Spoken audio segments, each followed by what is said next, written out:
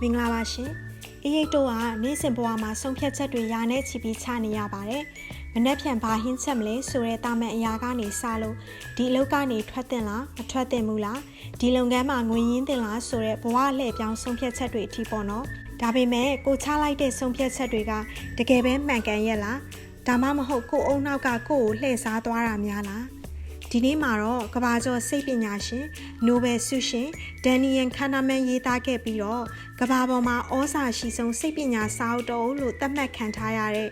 Thinking Fast and Slow ဆိုတဲ့စာအုပ်ကိုအေးရိတ်တို့နေ့စဉ်ဘဝဥပမာတွေနဲ့တွဲပြီးအသေးစိတ်ခွဲခြမ်းစိတ်ဖြာပေးသွားမှာဖြစ်ပါတယ်ဒီဗီဒီယိုပြီးသွားရင်ကိုဘာလို့အမားတွေဆုံးဖြတ်မိနေလဲဆိုတာကိုရှင်းရှင်းလင်းလင်းသိသွားပါလိမ့်မယ်ရှင်စာရေးဆရာဒန်နီယယ်ခါနာမန်ကအေးရိတ်တို့အုံနောက်ထဲမှာဆုံးဖြတ်ချက်ချတဲ့စနစ်နှစ်ခုရှိတယ်လို့ပြောပါတယ်။ဒါကို System 1 နဲ့ System 2လို့ခေါ်ပါတယ်။အုံနောက်ရဲ့ပထမဆုံးစနစ်ဖြစ်တဲ့ System 1ကတော့အမြန်တွေးချက်မှာဒန်နီယယ်ခါနာမန်က System 1ကိုအလိုလျောက်အလုပ်လုပ်တဲ့စနစ်လို့ခေါ်ပါတယ်။ကိုဘက်ကဘာမှအားစိုက်ထုတ်စရာမလိုဘူးစဉ်းစားဖို့အချိန်ပေးစရာမလိုဘူးကွန်ပျူတာတစ်လုံးထဲမှာ software တွေကြိုသွင်းထားသလိုမျိုးခလုံးနှိမ့်လိုက်တာနဲ့ဒိုင်းကနေချက်ချင်းအလုပ်လုပ်တဲ့စနစ်ပါသူ့ရဲ့ထူးခြားချက်တွေကတော့စက္ကန့်ပိုင်းတွင်တုံ့ပြန်လို့အရမ်းမြန်တယ်ကိုကစဉ်းစားလိုက်မှန်းတောင်ကိုမသိလိုက်ဘူးတတိမထားမိပဲဖြစ်သွားတယ်အတိတ်ကအတွေ့အကြုံနဲ့ဗီဇပေါ်အခြေခံပြီးပင်ကိုသိစိတ်ကိုသုံးပါတယ်ဥပမာဘေးရလူတယောက်ဒေါသတကြီးအော်ဟစ်လိုက်တာနဲ့စိတ်ထဲမှာချက်ချင်းအန်ဒီရယ်လို့သိပြီးလန့်သွားတာနှစ်ပေါင်းနှစ်ဘလောက်လဲလို့မေးရင်တွေးစရာမလိုပဲလေးလို့ထွက်လာတာမော်တော်ကားဒါမှမဟုတ်ဆိုင်ကယ်ကိုကျွမ်းကျန်းကျင်ကျင်မောင်းတတ်နေတဲ့သူကရှေ့ရကားဘရိတ်ဖမ်းလိုက်ရင်တွေးမနေတော့ပဲခြေထောက်ကဘရိတ်ကိုအလိုလိုနင်းမိသွားတာလူတယောက်ရဲ့မျက်နှာကိုကြည့်လိုက်ရုံနဲ့သူစိတ်ဆိုးနေလားပျော်နေလားချက်ချင်းခွဲခြားနိုင်တာဒါတွေအားလုံးကအုံနောက်ရဲ့ System 1ကနောက်ွယ်ကနေအကုန် run ပေးနေတာဖြစ်ပါတယ်ဒီနေရာမှာမေးစရာရှိတာကအားဆိုင်စရာမလိုပဲအလိုလိုအလုပ်လုပ်ပေးနေတာပဲကောင်းတာပေါ့လို့ထင်စရာရှိပါတယ်ဒါပေမဲ့ဒီ System 1ကအမြဲတမ်းမှန်ကန်နေတာမဟုတ်ပါဘူးသူကအမြန်လိုချင်တဲ့အတွက်ဖြက်လန်းတွေကိုသုံးပါတယ်အဲ့ဒီဖြက်လန်းတွေကြောင့်ဘဝမှာအမားတွေခဏခဏလုံးမိနေကြတာပါလက်တွေ့အခြေအနေတွေနဲ့ဆင်ခြင်ကြည့်မယ်ဆိုရင်တော့ပထမတစ်ခုကကောလာဟာလာနဲ့သတင်းအတုတွေခဏခဏယုံမိတာမျိုးပါ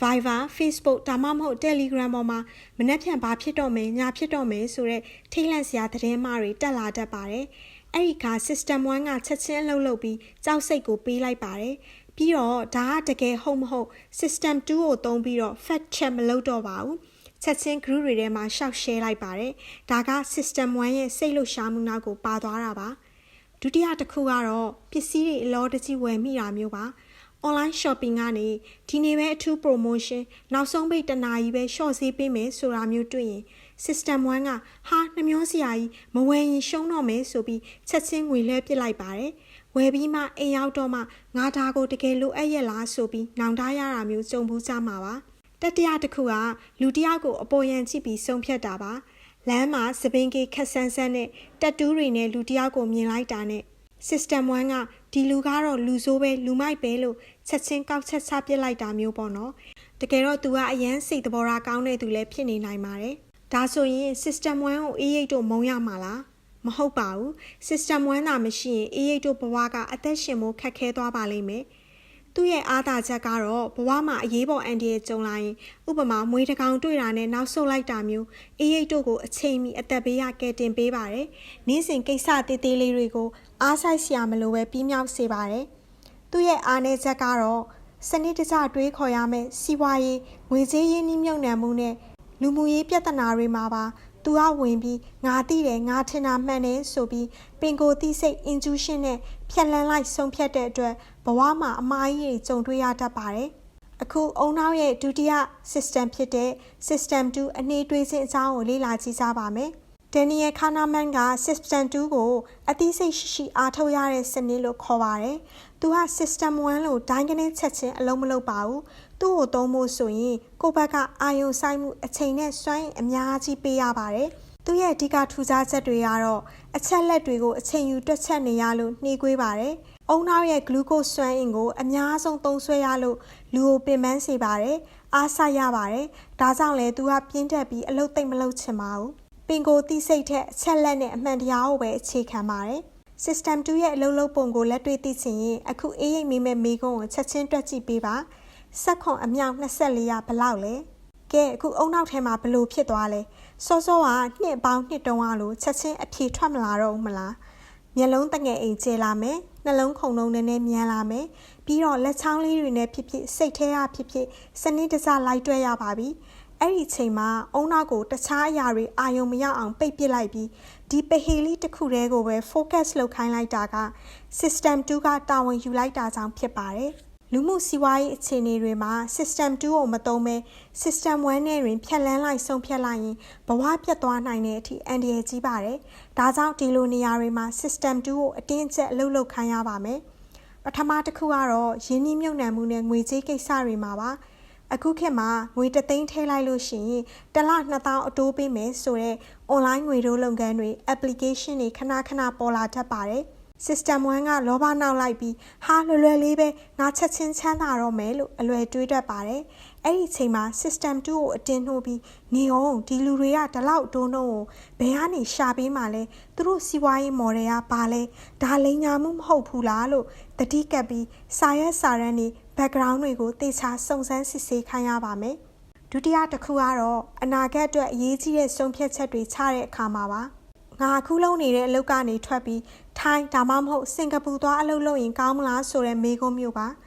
System 1ကသွားလိုက်ပါဒီမှာကအဆင်မပြေဘူးလို့အကြောက်တရားနဲ့စိတ်ခံစားချက်ပေါ်မူတည်ပြီးအလွယ်ဖြေတတ်ပါတယ်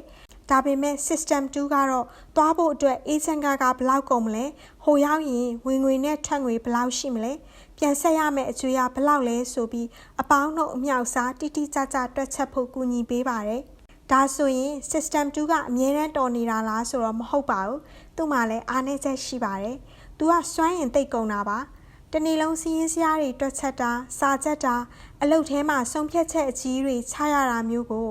System 2နဲ့အကြာကြီးသုံးလိုက်ရင်ညနေပိုင်းမှာအုံနောက်ကလုံးဝပင်ပန်းနှွမ်းနေသွားပါတယ်။ဒါကို Daniel Kahneman ကအသိဉာဏ်စွမ်းရင်ကုန်ခန်းခြင်းလို့ခေါ်ပါတယ်။ဥပမာအလုပ်ထဲမှာတနေ့လုံးစိတ်ပင်ပန်းအောင်တွေးခဲ့ရတဲ့သူဟာညဘက်အိမ်ပြန်ရောက်တဲ့အခါ System 2ကပိတ်သွားပြီးပြင်းရည်သွားတဲ့အတွက်ဇနီးတဲ့ဒါမှမဟုတ်မိသားစုနဲ့စကားပြောရင်စိတ်မရှိပဲဒေါသတကြီးနဲ့ရန်ဖြစ်မိတတ်တာမျိုးပေါ့နော်။ဒါကြောင့် Thinking Fast and Slow စာအုပ်အရဘဝကိုပြောင်းလဲဖို့တောချက်ကတော့ကိုယ့်ရဲ့ System 2ဘယ်အချိန်မှအလုပ်လုပ်ရမလဲဆိုတာကိုသိဖို့ပါပဲ။နေ့စဉ်ဝတ်မဲ့အင်ကြီးရွေးတာမျိုးကို System 1ကိုပဲအလုပ်လုပ်ခွင့်ပေးလိုက်ပါ။အုံနောက်အားမဆိုင်ပါနဲ့။ဒါပေမဲ့ငွေကြေးဆိုင်ရာလူမှုရေးဆိုင်ရာနဲ့ဘဝအလှည့်ပြောင်းဆုံးဖြတ်ချက်ကြီးတွေချကာနေရင်တော့ခဏရက်ပါချက်ချင်းဆုံးဖြတ်ချက်မချပဲအေးဝဝအိတ်အုံနောက်ကြည်လင်းနဲ့မနှက်ခင်းအချိန်မှာ System 2ကိုသုံးပြီးအေးစစ်စစ်စဉ်းစားတွက်ချက်ပါရှင်ဒါဆိုရင်အခုဆက်ပြီးတော့ System 1ရဲ့အားကိုးမှုလွန်ခဲ့တာကြောင့်အေးတို့နေ့စဉ်ကြုံတွေ့နေရတဲ့တွေးခေါ်မှုဆိုင်ရာအလွဲတွေအကြောင်းကိုဆက်နားထောင်ကြည့်ပါမယ်ဒီခန်းက Thinking Fast and Slow ထဲမှာပရိသတ်တွေအကြိုက်ဆုံးတဲ့ဘဟုတုတအဖြစ်ဆုံးပိုင်းဖြစ်ပါတယ်ရိုးလေးပြောရရင်တော့ဒါကအေးတို့အုံနောက်ရဲ့ software အမှားတွေပါပဲအံ့ဩဖို့ကောင်းတာကဒီအမှားတွေကကြုံတလို့မှားတာမဟုတ်ဘဲလူသားအလုံးနီးပါးသတ်မှတ်ထားတဲ့ပုံစံတိုင်းပုံသေးမှားတတ်ကြတာဖြစ်ပါတယ်ဒီအလွဲကတော့အုံနောက်ကကိုကောင်းတဲ့ကိုအလွယ်တကူရောက်လာတဲ့မှတ်မိရလွယ်ကူတဲ့အချက်လက်တွေကိုပဲအရှိတရားအလုံးလို့ယူဆပြီးဆုံးဖြတ်ချက်ချတတ်တာကိုခေါ်တာပါလက်ရှိမှာလူမှုကွန်ရက်စာမျက်နှာတွေဖွင့်လိုက်ရင်လေရင်ပြတ်ကျတဲ့သတင်းကားတိုင်းမှုသတင်းဒါမှမဟုတ်လူရက်မှုသတင်းတွေကို chronology လိုက်ခဏမြင်ရတယ်ဆိုပါစို့အုံနောက်ကဒီသတင်းတွေကိုမှတ်မိရလွယ်ကူနေတဲ့အတွက်ငါလေရင်စီးရင်တော့ပြတ်ကျတော့မှာပဲအပြင်ထွက်တာနဲ့ဓမြတိုက်ခံရတော့မှာပဲလို့ပုံကြီးချဲ့ပြီးတော့အလွန်မင်းကြောက်လန့်နေတတ်ပါတယ်တကယ်တမ်းအချက်လက်တွေအရဆိုရင်လေရင်ပြတ်ကျဖို့ရာဂိုင်နှုန်းက3.3 ခန်းလောက်ပဲရှိတာပါဒါပေမဲ့ System 1ကစရင်းစရာကိုမကြည့်ပဲစိတ်ထဲဆွဲနေတဲ့ပုံရိပ်တွေကိုပဲကြည့်ပြီးကောက်ချက်ချလိုက်တာဖြစ်ပါတယ်ဒုတိယလွဲကတော့ကိုယ့်အမြင်နဲ့ကြိုက်တာကိုပဲရွေးယုံတာပါဒါကတော့လူတွေကကိုယုံကြည်ထားတဲ့အယူဆတစ်ခုကိုပိုခိုင်မာစေမဲ့အချက်လက်တွေကိုပဲလိုက်ရှာပြီးကိုယ့်အမြင်နဲ့မကိုက်ညီတဲ့သက်သေတွေကိုတော့မျက်ကွယ်ပြုတတ်တဲ့အလွဲဖြစ်ပါတယ်ဥပမာဒီတိုင်းရင်းစေးဒါမှမဟုတ်ဒီဓာတ်စာကယောဂအလုံးကိုပျောက်ကင်းစေတယ်လို့ကြိုတင်ယုံကြည်ထားတယ်ဆိုပါစို့နော် Facebook မှာအဲ့ဒီဆေးကြောင့်ယောဂပျောက်သွားတဲ့သူတယောက်ရဲ့ comment ကိုတွေ့လားငါပြောတာမှန်တယ်ဆိုပြီးချက်ချင်းယုံပြစ်လိုက်ပါတယ်တပြိုင်နက်တည်းမှာပဲကျန်းမာရေးဝန်ကြီးဌာနကဒီဆေးမှာဘေးဓာတ်ဆိုးကျိုးရှိလို့မတောက်ရဘူးဆိုတဲ့သတိပေးချက်ထုတ်ပြန်ထားတာကိုတွေ့ရင်တော့ ဒါတွေကရှောက်ပြောနေတာပါဆိုပြီးအုံနောက်ကမတိမတာထုတ်ပြလိုက်တတ်ပါတယ်ရလက်အနေနဲ့ဆိုရင်တော့သတင်းတူတွေကြားထဲမှာပိတ်မိပြီးကိုယုံချင်တာကိုပဲဖတ်တွေ့ထားတဲ့အစွန်းရောက်တဲ့သူတွေဖြစ်လာပါတယ်တတိယလွဲကတော့မြင်ရတာကိုပဲအရှိတရားလို့ထင်တာပါဒါကတော့ဒန်နီယယ်ခါနာမန်ရဲ့အနှစ်သက်ဆုံးစကားစုပါအုံနောက်ရဲ့ System 1ကအချက်လက်နည်းနည်းလေးပဲရချင်းပါတယ်ဇလန်တစ်ပုတ်ကိုချက်ချင်းဖန်တီးပြီးငါအကုန်သိပြီလို့ကောက်ချက်ချတတ်ပါတယ်ကျန်နေသေးတဲ့တက်တဲ့အထောက်ထားတွေကိုရှာဖွေဖို့စိတ်ဝင်စားတော့ပါဘူးဥပမာလုပ်ငန်းခွင်မှာအလုပ်တင်လူငယ်တစ်ယောက်ရောက်လာတယ်ပထမဆုံးနေ့မှာ तू ကစိတ်လှုပ်ရှားပြီးလက်ဖက်ရည်ခွက်ကိုမှောက်ချမိတယ်ဆိုပါစို့ကိုအုံနောက်ကဒီကောင်လေးကတော့နမောနမဲနဲ့အသုံးမကျတဲ့ကောင်လေးပဲလို့ချက်ချင်းတစိမ့်ကတ်လိုက်ပါတယ်တကယ်တော့ तू ကကျောင်းမှာရွှေတစိမ့်ရခဲ့တဲ့ IT ပညာရှင်တစ်ယောက်ဖြစ်နေနိုင်ပါတယ်ဒါပေမဲ့ပထမဆုံးမြင်ရတဲ့ဇက်ကွက်သေးသေးလေးကအုံနောက်ကိုဖုံးလွှမ်းသွားတာဖြစ်ပါတယ်ဒီအလွဲတွေကနေဘယ်လိုကာကွယ်မလဲဆိုတာကတော့နံပါတ်1ငါမှားနိုင်တယ်လို့အမြဲတမ်းဝန်ခံပါကိုကကိစ္စတစ်ခုကိုတစ်ထစ်ချယုံကြည်နေပြီဆိုရင်ကိုပြန်မေးပါငါအမြင်နဲ့စန့်ကျင်ဘက်တက်တည်တွေရောဘာရှိမလဲဆိုပြီးဆွရှာကြည့်ပါနံပါတ်2 data နဲ့စာရင်းစရာကိုကြည့်ပါသတင်းတွေကြည့်ပြီးစိတ်ပူလာတဲ့အခါဒါငါစိတ်ထဲမှာမှတ်မိလွယ်လို့ကြောက်နေတာလားတကယ်လက်တွေ့အချိုးစားဘလောက်လဲဆိုတာကိုကိန်းကနန်းအချက်လက်နဲ့တေချာရှာဖွေနှိုင်းရှင်ပါနံပါတ်3ဒုတိယအကြိမ်အခွင့်အရေးပေးပါလူတစ်ယောက်ဒါမှမဟုတ်အခြေအနေတစ်ခုကိုပထမဆုံးအချိန်မြင်ချင်းမှာစိတ်ထဲကချက်ချင်းကောက်ချက်ချလိုက်တာမျိုးကိုဆင်ခြင်ပြီးငါမမြင်ရသေးတဲ့တခြားချက်တွေဘာရှိအောင်မလဲလို့အမြဲတွေးပေးပါအခုနောက်ဆုံးပြောပြမယ့်အပိုင်းကတော့ကမ္ဘာစီးပွားရေးလောကကိုပြောင်းလဲပစ်ခဲ့တဲ့ prospect theory မျှော်လင့်ချက် theory ပဲဖြစ်ပါတယ်ဒီ theory ရဲ့အသက်ကတော့ loss aversion ဆုံးရှုံးရမှာကြောက်တဲ့စိတ်ဖြစ်ပါတယ